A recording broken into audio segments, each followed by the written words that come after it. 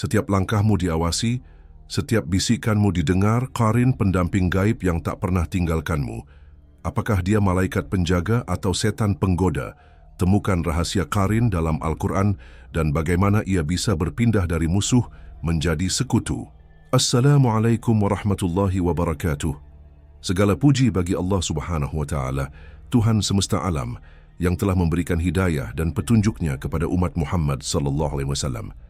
Syalawat dan salam senantiasa tercurah kepada Nabi besar kita, Muhammad sallallahu alaihi wasallam, yang telah membawa umat manusia keluar dari kegelapan menuju cahaya Islam yang penuh berkah.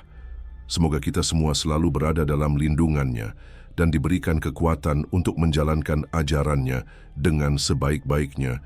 Bagian 1. Dasar Al-Quran tentang Qarin. Konsep Qarin memiliki dasar utama dalam Al-Quran, teks suci utama Islam yang berfungsi sebagai petunjuk ilahi bagi umat manusia. Al-Quran yang dapat diakses melalui situs resmi Kementerian Agama Republik Indonesia https://cakquran.kemenag.go.id memberikan penyebutan eksplisit tentang Qarin dalam beberapa ayat, memberikan wawasan tentang sifat dan perannya. Ayat-ayat ini bersama dengan tafsirnya menjadi landasan untuk memahami Qarin dalam teologi Islam.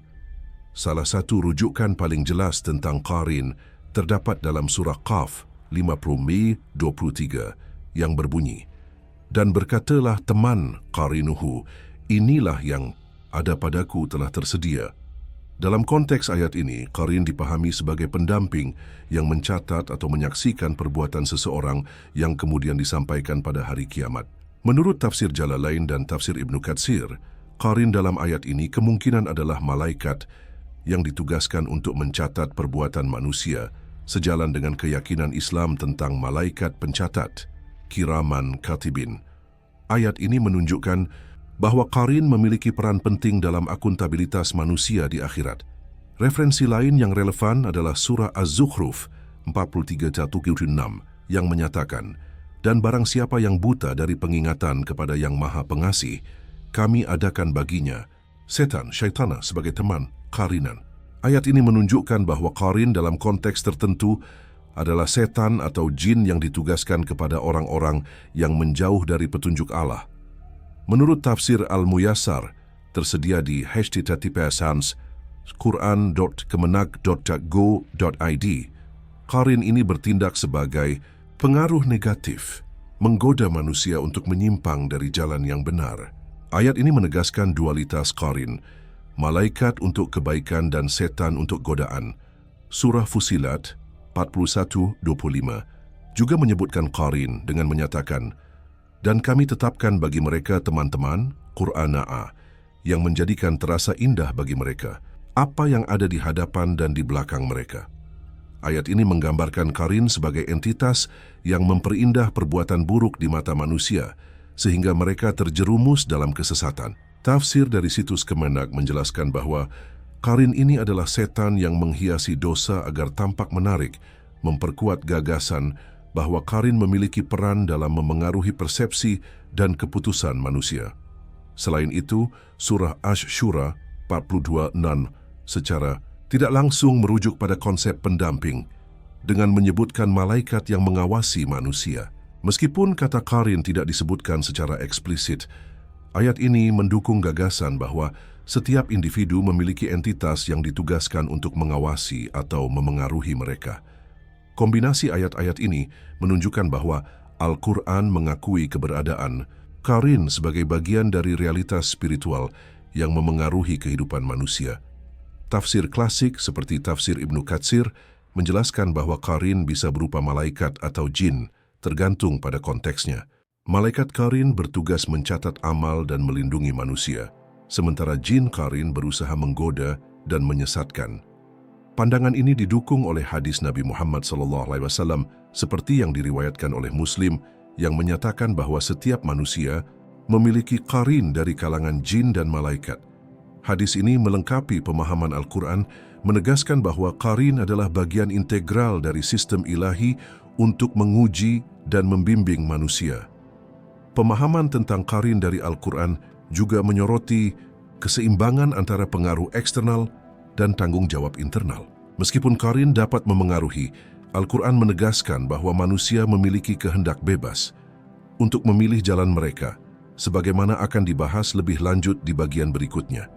Dengan demikian, ayat-ayat tentang Qarin tidak hanya memperkenalkan konsep pendamping spiritual, tetapi juga menegaskan kerangka teologis Islam tentang akuntabilitas, keimanan, dan perjuangan melawan godaan. Bagian 2. Peran Qarin dalam teologi Islam. Dalam teologi Islam, Qarin memainkan peran penting sebagai bagian dari sistem ilahi yang mengatur hubungan antara manusia, malaikat, dan jin. Konsep ini mencerminkan pandangan Islam tentang alam semesta yang penuh dengan entitas tak kasat mata yang berinteraksi dengan manusia dalam berbagai cara. Berdasarkan Al-Quran dan hadis, Qarin memiliki dua fungsi utama: sebagai pendamping yang memengaruhi perilaku manusia dan sebagai saksi atas perbuatan mereka. Pertama, Qarin sebagai pengaruh spiritual memiliki peran ganda, tergantung pada jenisnya. Qarin dari kalangan malaikat, sebagaimana tersirat dalam surah Qaf 50:23, bertugas untuk mencatat perbuatan manusia dan mendorong mereka menuju kebaikan. Tafsir dari situs Kemenak menjelaskan bahwa malaikat Qarin adalah bagian dari kiraman Katibin, malaikat pencatat amal, yang disebutkan dalam surah Al-Infitar 82:12. Mereka tidak hanya mencatat, tetapi juga memberikan inspirasi atau dorongan halus untuk berbuat baik. Meskipun pengaruh ini tidak memaksa karena manusia memiliki kehendak bebas. Sebaliknya, Qarin dari kalangan jin atau setan, seperti yang disebutkan dalam surah Az-Zukhruf 43:36 dan surah Fusilat 14:25, bertugas untuk menggoda dan menyesatkan. Menurut tafsir Al-Jalalain, Qarin ini berusaha memperindah dosa dan mendorong manusia untuk mengabaikan perintah Allah. Hadis Nabi yang diriwayatkan oleh Bukhari dan Muslim menyebutkan bahwa setan Qarin ini berbisik, was-was kepada manusia, mencoba melemahkan iman mereka. Namun hadis juga menegaskan bahwa pengaruh setan ini dapat dilawan dengan mengingat Allah, zikir, dan membaca Al-Quran. Kedua, Qarin berfungsi sebagai saksi pada hari kiamat. Surah Qaf 50:23 menggambarkan Qarin yang menyampaikan catatan perbuatan manusia di hadapan Allah. Dalam teologi Islam, ini menunjukkan bahwa Qarin tidak hanya memengaruhi selama kehidupan dunia, tetapi juga memiliki peran dalam proses pengadilan ilahi. Tafsir Ibnu Katsir menjelaskan bahwa Qarin ini memberikan kesaksian yang objektif, memastikan bahwa tidak ada ketidakadilan dalam penghakiman. Peran Qarin juga mencerminkan konsep ujian dalam Islam. Al-Quran menyatakan bahwa kehidupan dunia adalah tempat ujian, surah Al-Mulk 67:2. Qarin dari jin menguji ketabahan iman seseorang dengan godaan, sementara Qarin dari malaikat membantu manusia dalam menghadapi ujian tersebut.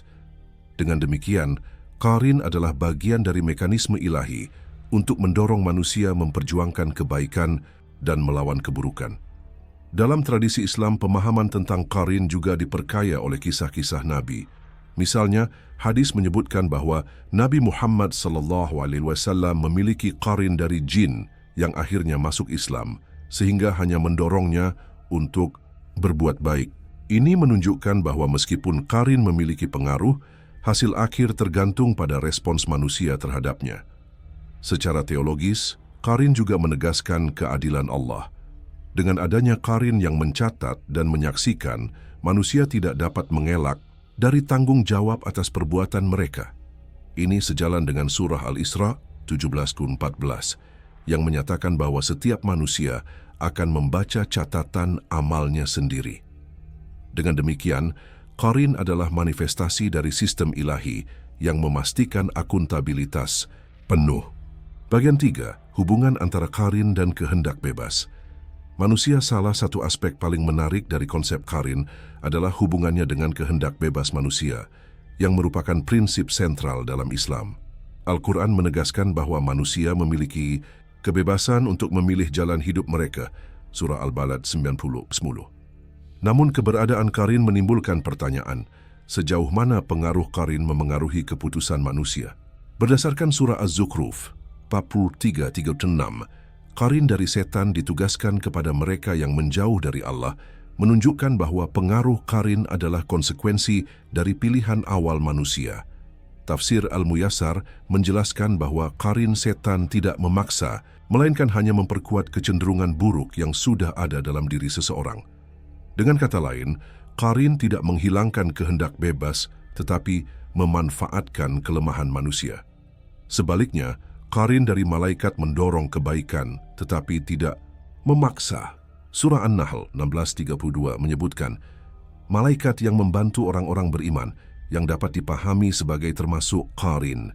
Namun, manusia tetap harus memilih untuk mengikuti dorongan ini.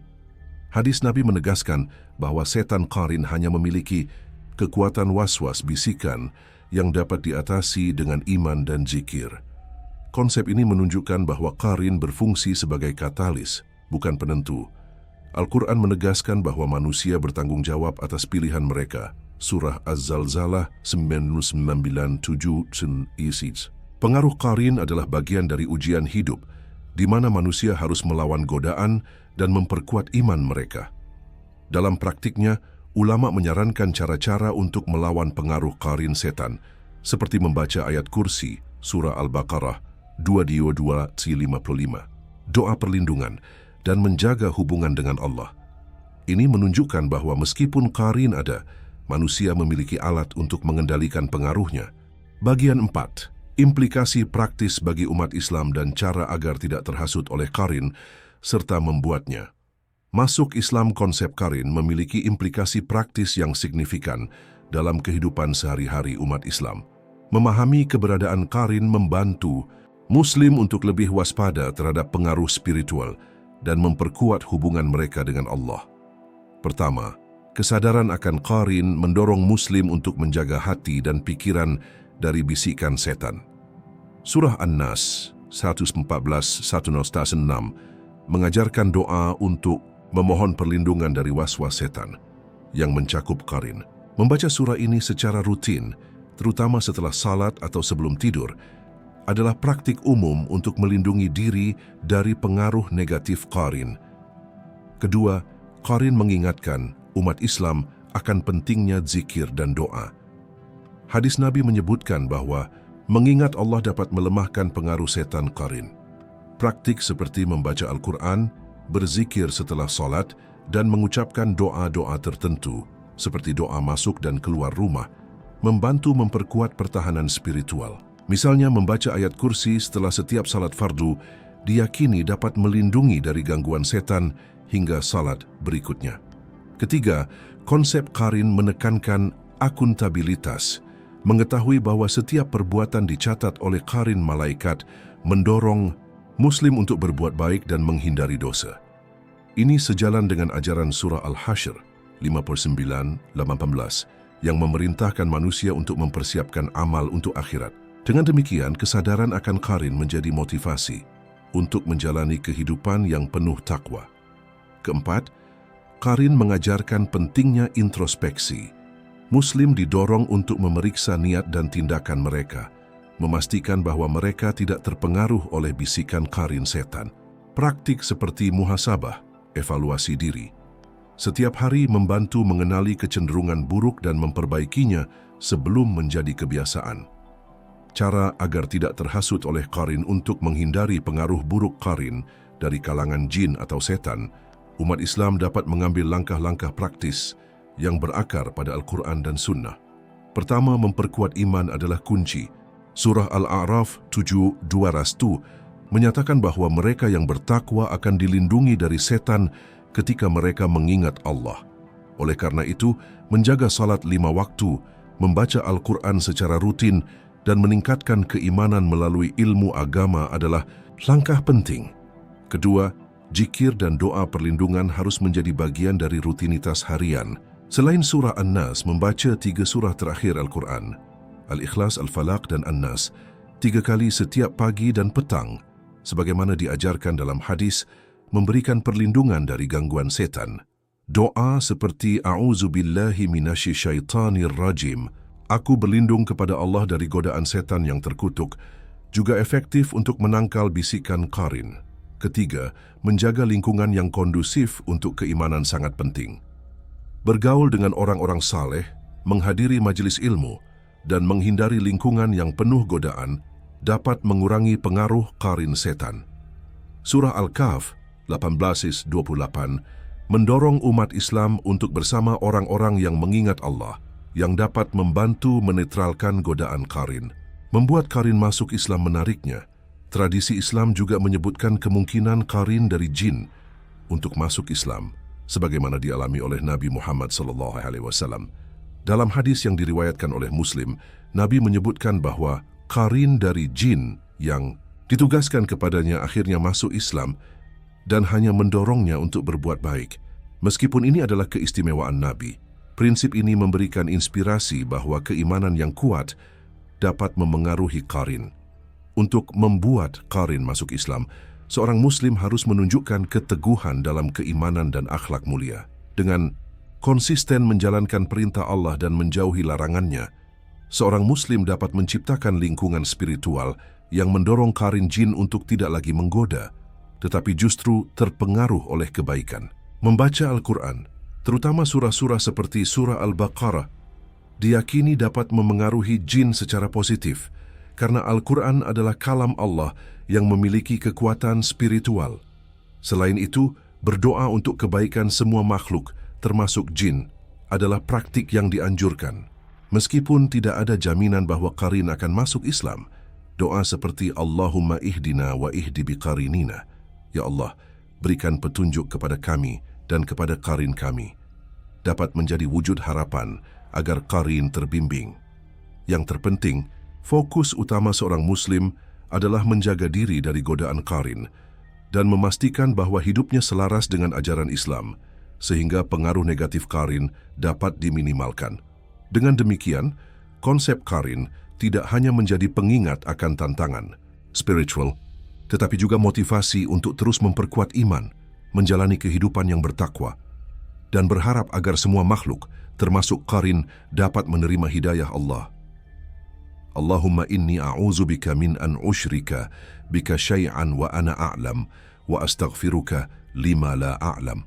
Innaka anta 'allamul ghuyub. Artinya, ya Allah, aku berlindung kepadamu dari menyekutukanmu dengan sesuatu secara sadar, dan aku memohon ampun atas apa yang tidak kusadari. Sesungguhnya Engkau Maha mengetahui segala yang gaib. Pernyataan semua rangkaian gambar di cerita ini sepenuhnya adalah ilustrasi belaka, bukan gambar asli, termasuk tokoh yang ada di dalamnya. Semoga kisah ini dapat menjadi pengingat untuk menjaga keimanan dan menghindari niat buruk dalam hati. Terima kasih telah mendengarkan cerita ini. Jika Anda menikmati cerita ini, jangan lupa untuk meninggalkan komentar, like, dan subscribe. Sampai jumpa di cerita menarik berikutnya. Wassalamualaikum warahmatullahi wabarakatuh.